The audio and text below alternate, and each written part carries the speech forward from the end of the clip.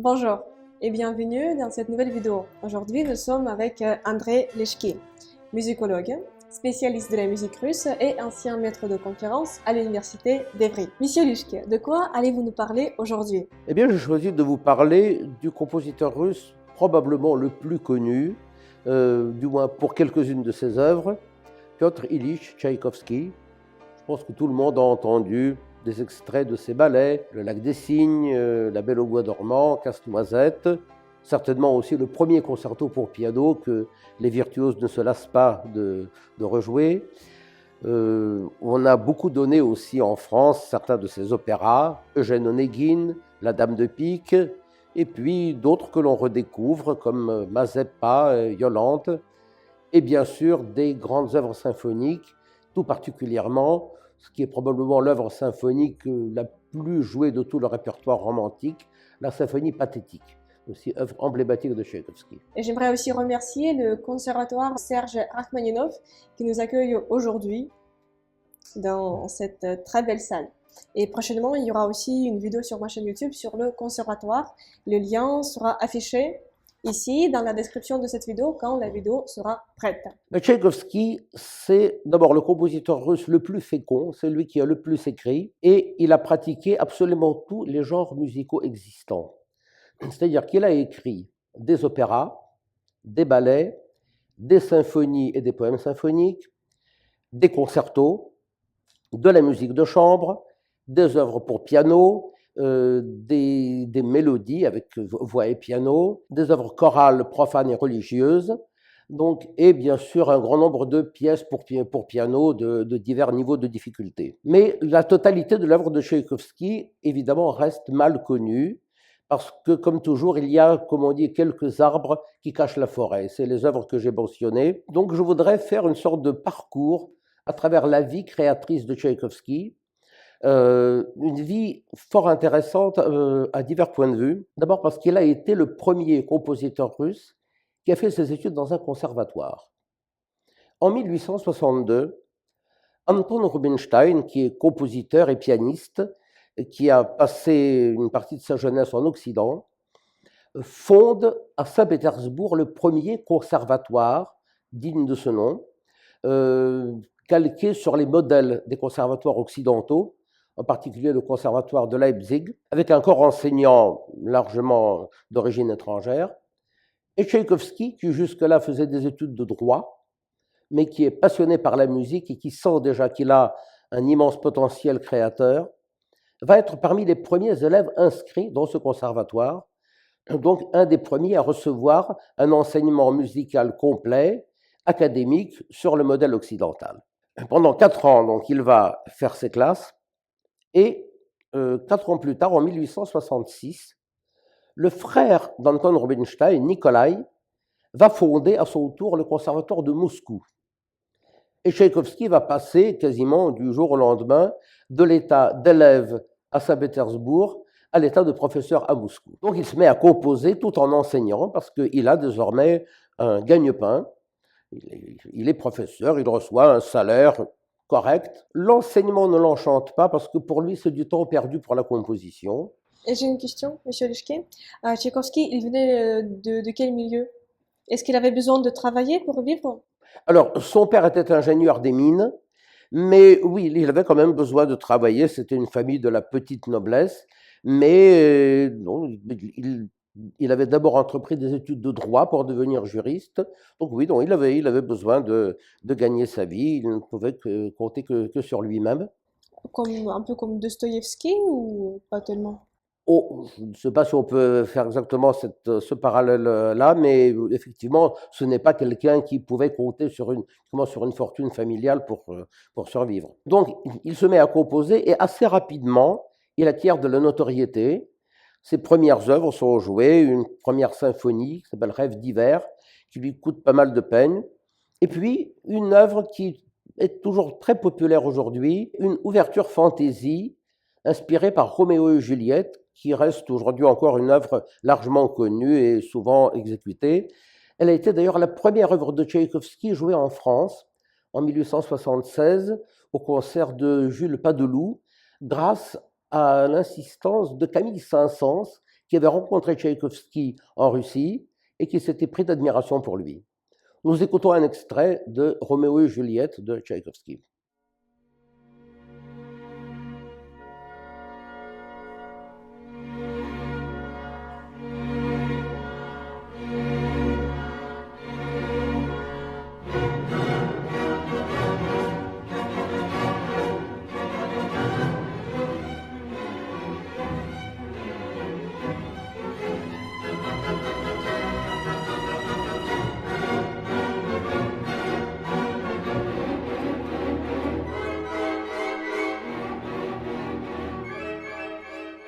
Comme je l'ai dit au début, Tchaïkovski va composer dans tous les genres existants. Il compose ses premiers opéras, mais qui n'ont pas beaucoup de succès. Il lui faudra un peu de temps avant de devenir un compositeur d'opéra vraiment sûr de son métier, alors qu'il est tout à fait à l'aise dans les genres instrumentaux, la symphonie, le concerto, les poèmes symphoniques. Son premier concerto pour piano est universellement connu, c'est l'un des plus joués de tout le répertoire. Là aussi, presque encore un de ces arbres qui cachent la forêt des autres œuvres de Tchaïkovski, mais c'est un concerto qu'on ne se lasse pas de réécouter, que les virtuoses ne se lassent pas de jouer.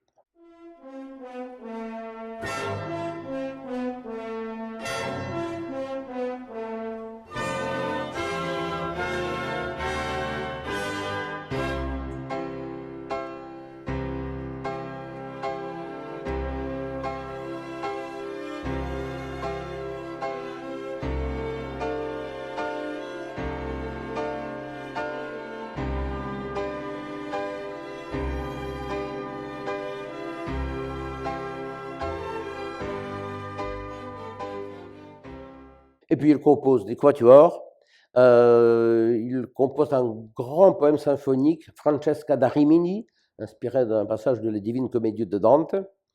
La même année, 1876, il assiste à Bayreuth, donc à la tétralogie de Wagner, et en tant que reporter d'une revue russe, les Nouvelles Russes. Il s'y ennuie énormément, mais en même temps, il est heureux de voir qu'un pays peut, au nom de l'idéal artistique, soutenir une entreprise comme celle de Wagner. Et par la suite, tout en étant toujours réticent envers la réforme wagnérienne, il reconnaîtra que si Wagner n'avait pas existé, lui-même aurait écrit différemment. Un acte de bonne foi. Et puis, vont arriver les années difficiles pour Tchaïkovski. Ce n'est pas un secret qu'il est homosexuel. Et c'est un statut difficile à vivre dans la Russie de l'époque, d'autant plus pour quelqu'un qui est en train de devenir une célébrité nationale. Et il va essayer de convoler en juste noces avec une femme qu'il rencontre au conservatoire de Moscou, une certaine Antonina Milukova, mais c'est une entreprise sans espoir. Il a une peur totale, physique des femmes. Rien ne se passera entre sa femme et lui. Ce sera à l'origine d'une terrible crise psychologique, mais dont il sortira grâce à la créativité. Toutes ces années, donc les années 1877-78, enchaînent les œuvres grâce auxquelles Tchaïkovski parvient à la maturité. C'est même assez étonnant d'ailleurs à quel point, tout en mêlant ses souffrances personnelles, il arrive aussi à accéder vraiment à des sommets d'inspiration. C'est là qu'il achève Eugène Onegin, d'après le roman poème de Pouchkine. C'est en fait son premier opéra véritablement réussi et qui est devenu pour les Russes de la même importance musicale que Pouchkine dans la littérature. De même que tous les Russes connaissent par cœur des extraits de l'Eugène Onegin de Pouchkine, tous les mélomanes, russes et non russes, ont en mémoire Le cœur des paysans, La lettre de Tatiana, l'air de Lemsky avant le duel et le magnifique air de basse du prince Grémy. Simultanément, Tchaïkovski achève une symphonie, une symphonie du destin, marquée par le sceau du fatum. C'est ainsi que Tchaïkovski appelle cette hantise qu'il définit comme une épée de Damoclès suspendue au-dessus de notre tête qui empêche l'aboutissement de l'élan vers le bonheur. Cette symphonie est dédiée à mon meilleur ami, et Tchaïkovski, sur l'ambiguïté du mot russe droug, qui peut être aussi bien masculin que féminin, car c'est à une femme qu'est dédiée cette symphonie. Et en effet, à côté de ses déboires personnels, il va lui arriver une chance extraordinaire. Une dame qui s'appelle Nadezhda von Meck se prend d'admiration pour lui. Une correspondance s'installe entre eux. Elle lui demande quelques arrangements de musique pour son usage personnel. C'est une dame qui a une grande famille, qui a une immense fortune. Elle fait de la musique à la maison, comme c'était l'usage dans les bonnes familles de l'époque. Et une femme qui est quand même pas heureuse dans sa vie, et elle sublime tout dans son amour pour la musique en général et pour celle de Tchaïkovski en particulier. Alors là, on est vraiment dans un roman russe. Elle va lui proposer de lui verser une rente régulière pour qu'il puisse abandonner l'enseignement. Je répète qu'il n'aime pas enseigner pour laisser du temps perdu. Et justement, il va pouvoir se consacrer entièrement à la composition grâce à la générosité de cette Madame von Meck, qui ne pose qu'une condition, c'est qu'ils ne se rencontrent jamais. Et effectivement, pendant la quinzaine d'années que va durer leur relation, elle sera exclusivement épistolaire. On a, grâce à Madame von Meck, 3 gros volumes d'échanges de lettres entre elle et Tchaïkovski, où il parle absolument de tout.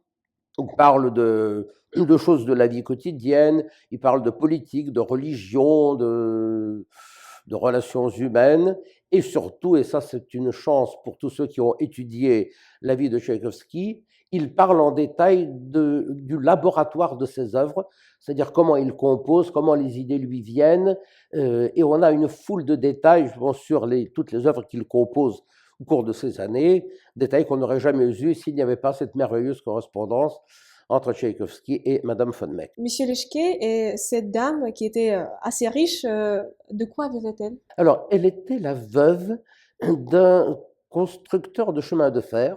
En fait, son nom de jeune fille, c'était Frolovskaya. Elle avait épousé un baron von Meck, un industriel allemand, qui était l'un des plus importants constructeurs de chemin de fer de toute la Russie.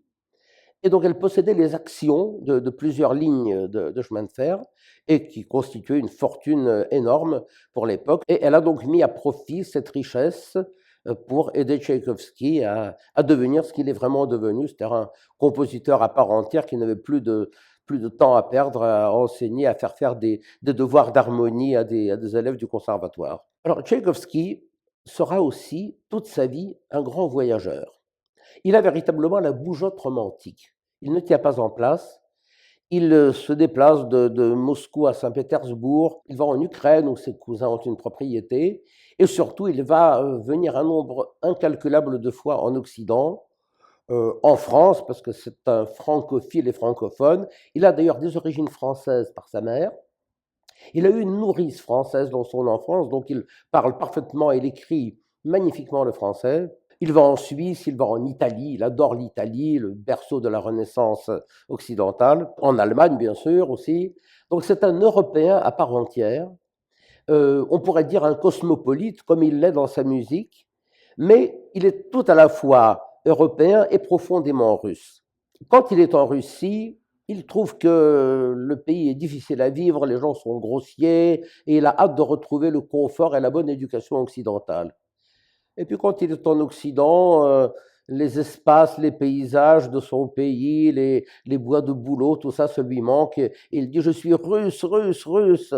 Donc voilà, quelqu'un qui est à la fois russe et occidental, se sentant occidental quand il est en Russie et russe quand il est en France, en Italie ou en Suisse. Il va nouer des liens en Occident. Il va avoir un éditeur en France qui va reprinter donc, ses partitions éditées en Russie. Un certain Félix Macquart, un éditeur parisien, grâce auquel il va être largement connu en France. Il est activement soutenu par les plus grands chefs d'orchestre de l'époque, en particulier Édouard Colonne, qui est à la tête d'un des meilleurs orchestres de toute l'Europe à cette époque-là. Il est aussi joué en Allemagne, il rencontre Brahms, il rencontre Grieg, il rencontre aussi en Tchécoslovaquie Anton Dvorak. Donc il aura vu à peu près tout le monde musical, et bien sûr tous les compositeurs français qu'il admire, notamment Camille Saint-Saëns et d'autres. Il sera d'ailleurs le premier à reconnaître, à deviner l'importance pour l'histoire de l'opéra de Carmen de Georges Bizet, qui avait d'abord connu un échec.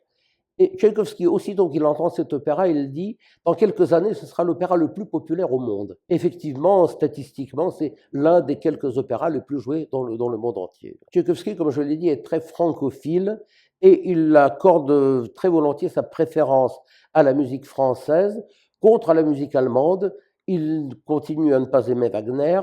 Il a du mal avec Brahms, tout en reconnaissant que le personnage est sympathique.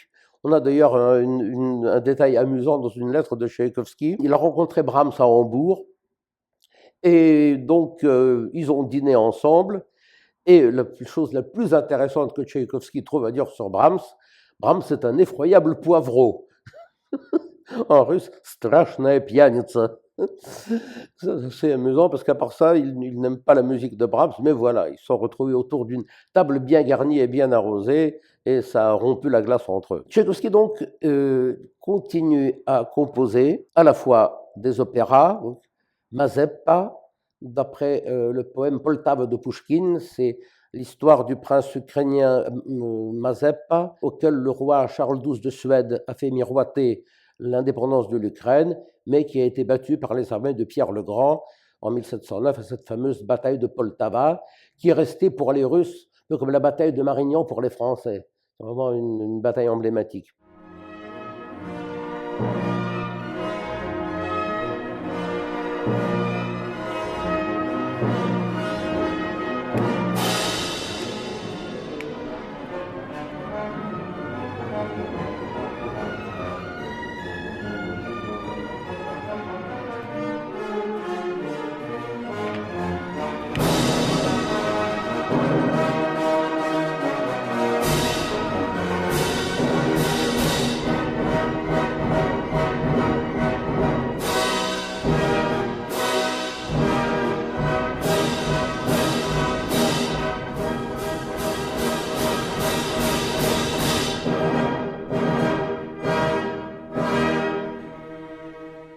Il écrit une grande symphonie inspirée de Byron, Manfred, à l'image de la symphonie Harold en Italie de Berlioz. D'ailleurs, le sujet avait été proposé à Berlioz lors de sa venue en Russie en 1867. Berlioz n'a pas donné suite et donc presque une vingtaine d'années après, Tchaïkovski a récupéré le sujet. Il devient vraiment à tout point de vue une célébrité nationale. Il a ses entrées à la cour des Romanov. Le tsar Alexandre III se prend d'admiration pour lui et pour sa musique. Il faut dire que Tchaïkovski est très conservateur du point de vue politique.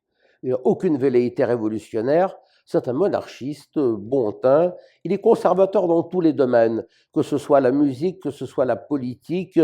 Vraiment quelqu'un qui n'aime pas que l'ordre établi soit dérangé. Donc il est tout à fait la personne adéquate pour être appréciée par ce tsar très conservateur qu'est Alexandre III. Il dédie une série de mélodies à l'impératrice, Maria Feodorovna, et il écrit aussi une série de romances sur des poèmes du grand-duc Constantin Romanov, qui était poète, qui signait ses vers avec les initiales KR, Konstantin Romanov. Donc voilà, une proximité assez remarquable entre un compositeur et un grand-duc, et aussi entre eux un échange de correspondance fort intéressant. Il parle de versification, il parle de musique, il parle aussi de morale, de religion, de philosophie. La correspondance de Tchaïkovski, très abondante, très riche, est intéressante lorsqu'il a des correspondants de ce niveau-là, d'un niveau culturel qui lui correspond. La fin des années 1880 et le début des années 1890 sont vraiment la gloire absolue de Tchaïkovski. Il fait représenter son second ballet, La Belle au bois dormant, qui a un grand succès, avec chorégraphie de Marius Petipa.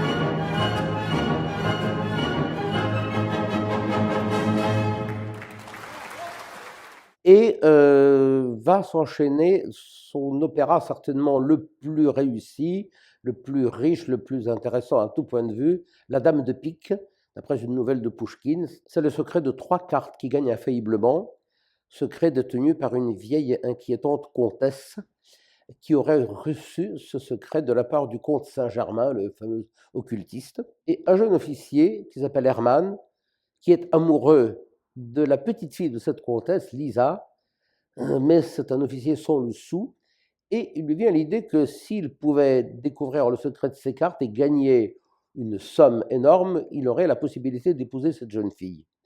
Mais peu à peu, le désir du gain pour lui-même va évincer dans son esprit l'amour pour cette Lisa, cette jeune fille, et évidemment la substitution de la richesse à l'amour ne peut conduire qu'à une issue fatale. Il réussira à obtenir le secret des cartes de la part de la comtesse. Un soir, il va s'introduire chez la comtesse pour lui extorquer son secret. Elle va mourir de frayeur, mais son fantôme viendra rendre visite à Hermann et lui révélera le 3, le 7 et l'As, donc les 3 cartes qui gagnent infailliblement. Hermann ira à la maison de jeu, gagnera une somme fabuleuse avec le 3, doublera la mise et gagnera encore une somme donc double avec le 7, mais quand il croit avoir l'As dans les mains, il se trouve avoir une dame de pique et le visage sur la carte est celui de la comtesse. Tous ses espoirs sont ruinés et il se suicide. Mais avant de mourir, il croit voir l'ombre de Lisa, la jeune fille qui s'est suicidée finalement par amour pour lui, parce qu'il l'a repoussée. L'ombre de Lisa plane sur lui et lui pardonne. Donc on a cette rédemption par l'amour, une fin très wagnérienne d'ailleurs, c'est là ce qui donne à penser que si Wagner n'avait pas existé, peut-être que Tchaïkovski aurait écrit différemment.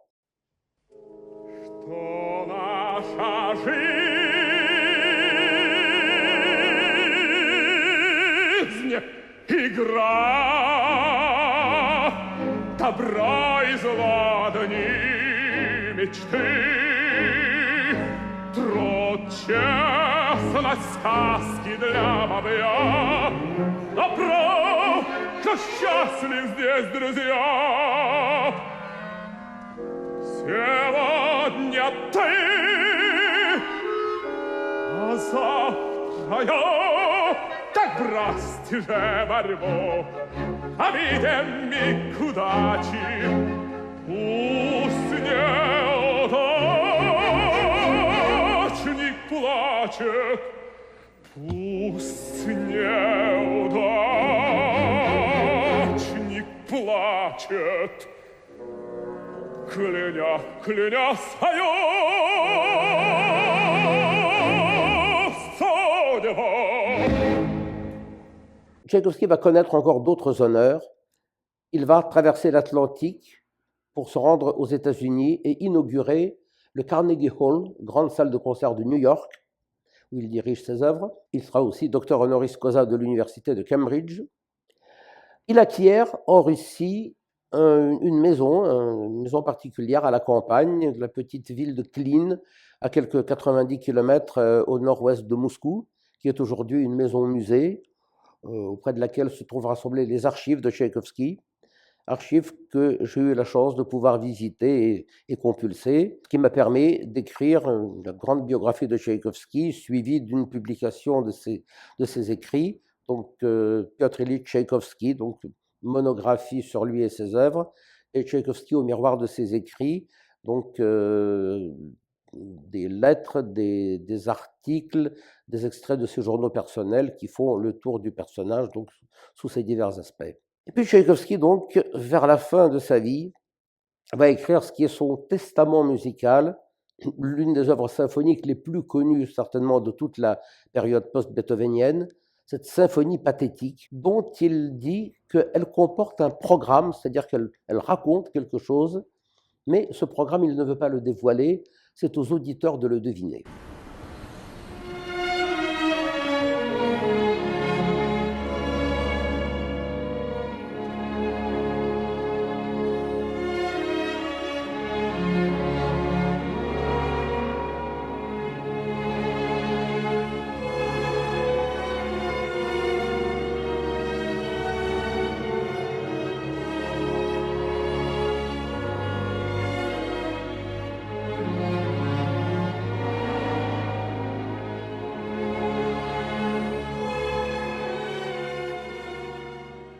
Il dirige lui-même cette symphonie pathétique. Il n'est pas un très bon chef d'orchestre, donc l'œuvre n'a pas beaucoup de succès. 9 jours après, il meurt dans des circonstances toujours inexpliquées. Selon la version officielle qui a été donc relatée par son frère, Modest Tchaïkovski, qui a été son premier biographe, Tchaïkovski serait mort du choléra après avoir bu imprudemment un verre d'eau non bouillie au robinet de sa chambre. Mais déjà pendant sa maladie, des rumeurs avaient commencé à circuler. Et ce qui avait paru extrêmement bizarre en plus, c'est qu'après sa mort, pendant 2 jours, son corps est resté exposé et tout le monde venait lui donner le baiser d'adieu suivant le rituel de la religion orthodoxe.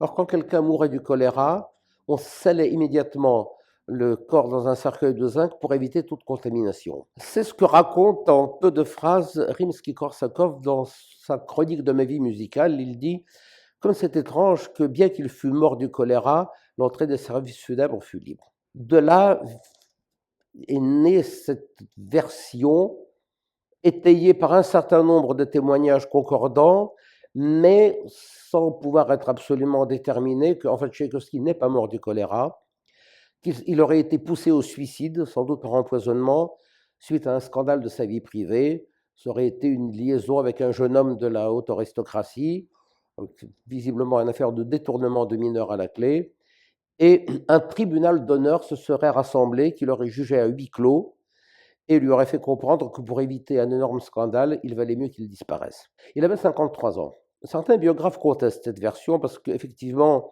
d'un point de vue strictement juridique, il n'y a pas de preuve absolue. Il y a un certain nombre de témoignages concordants, notamment celui d'un de ses neveux qu'il a vu revenir, on ne sait d'où, dans un état de panique totale, allant vers le lavabo de sa chambre, avalant quelque chose en disant « et puis après tout, quelle importance ?» C'est peu de temps après, il a commencé à ressentir les effets de la maladie.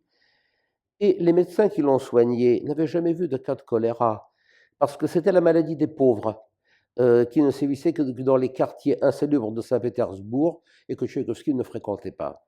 Donc, entre l'empoisonnement ou le choléra, les symptômes étant assez semblables, des médecins qui ne connaissaient pas cette maladie pouvaient très facilement se tromper.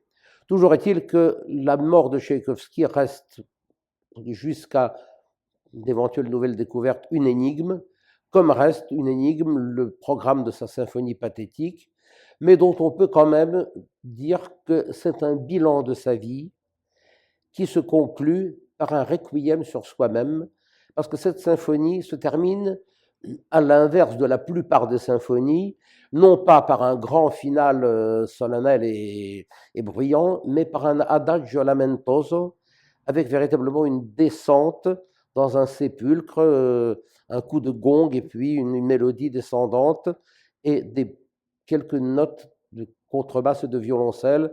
On a vraiment l'impression d'un cœur qui s'arrête de battre. Telle est la destinée de Tchaïkovski, relatée donc dans ce testament musical qu'est sa symphonie pathétique.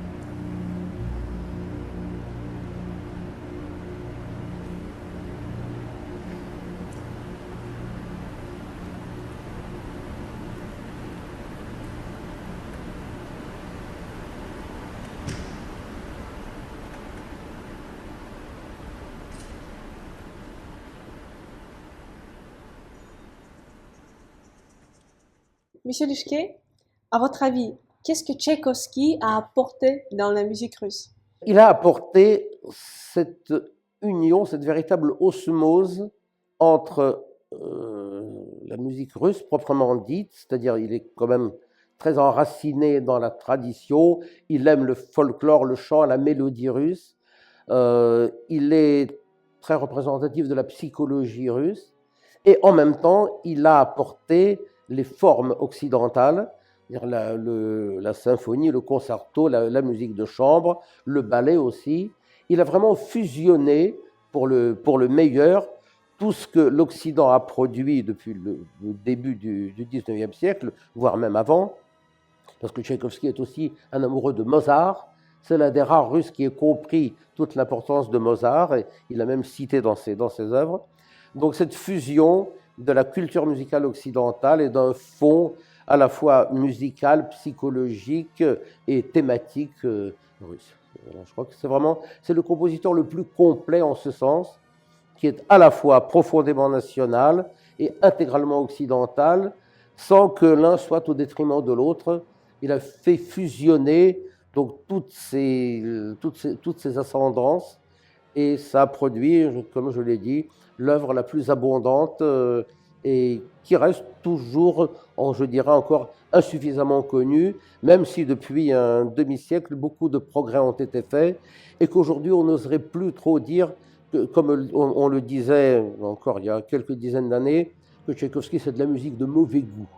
Parce que c'est un compositeur qui était complètement rejeté, vilipendé par le modernisme du XXe siècle, mais depuis, il a pris une belle revanche. Eh bien, vous savez, je m'intéressais à toute la musique russe, et c'est au cours d'une discussion avec le fondateur de la collection des livres musicaux des éditions Fayard, Jean Nittard, grâce à qui toute cette collection de dizaines d'ouvrages existe, qu'il est ressorti d'une conversation que le compositeur russe qui méritait le plus qu'on lui consacre un travail, c'était Tchaïkovski, parce que beaucoup de choses restaient à explorer. Il y a un énorme legs épistolaire, donc publié en russe, et il y a toute une œuvre à découvrir, parce que, comme je dis, c'est l'œuvre la plus abondante et la plus variée d'un compositeur russe.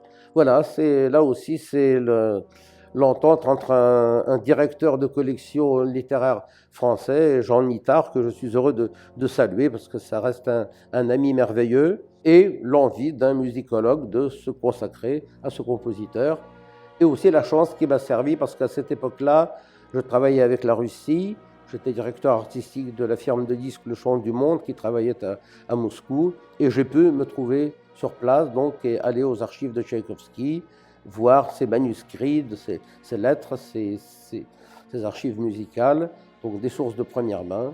Voilà, et ça a donné ces ouvrages donc, que j'ai mentionnés.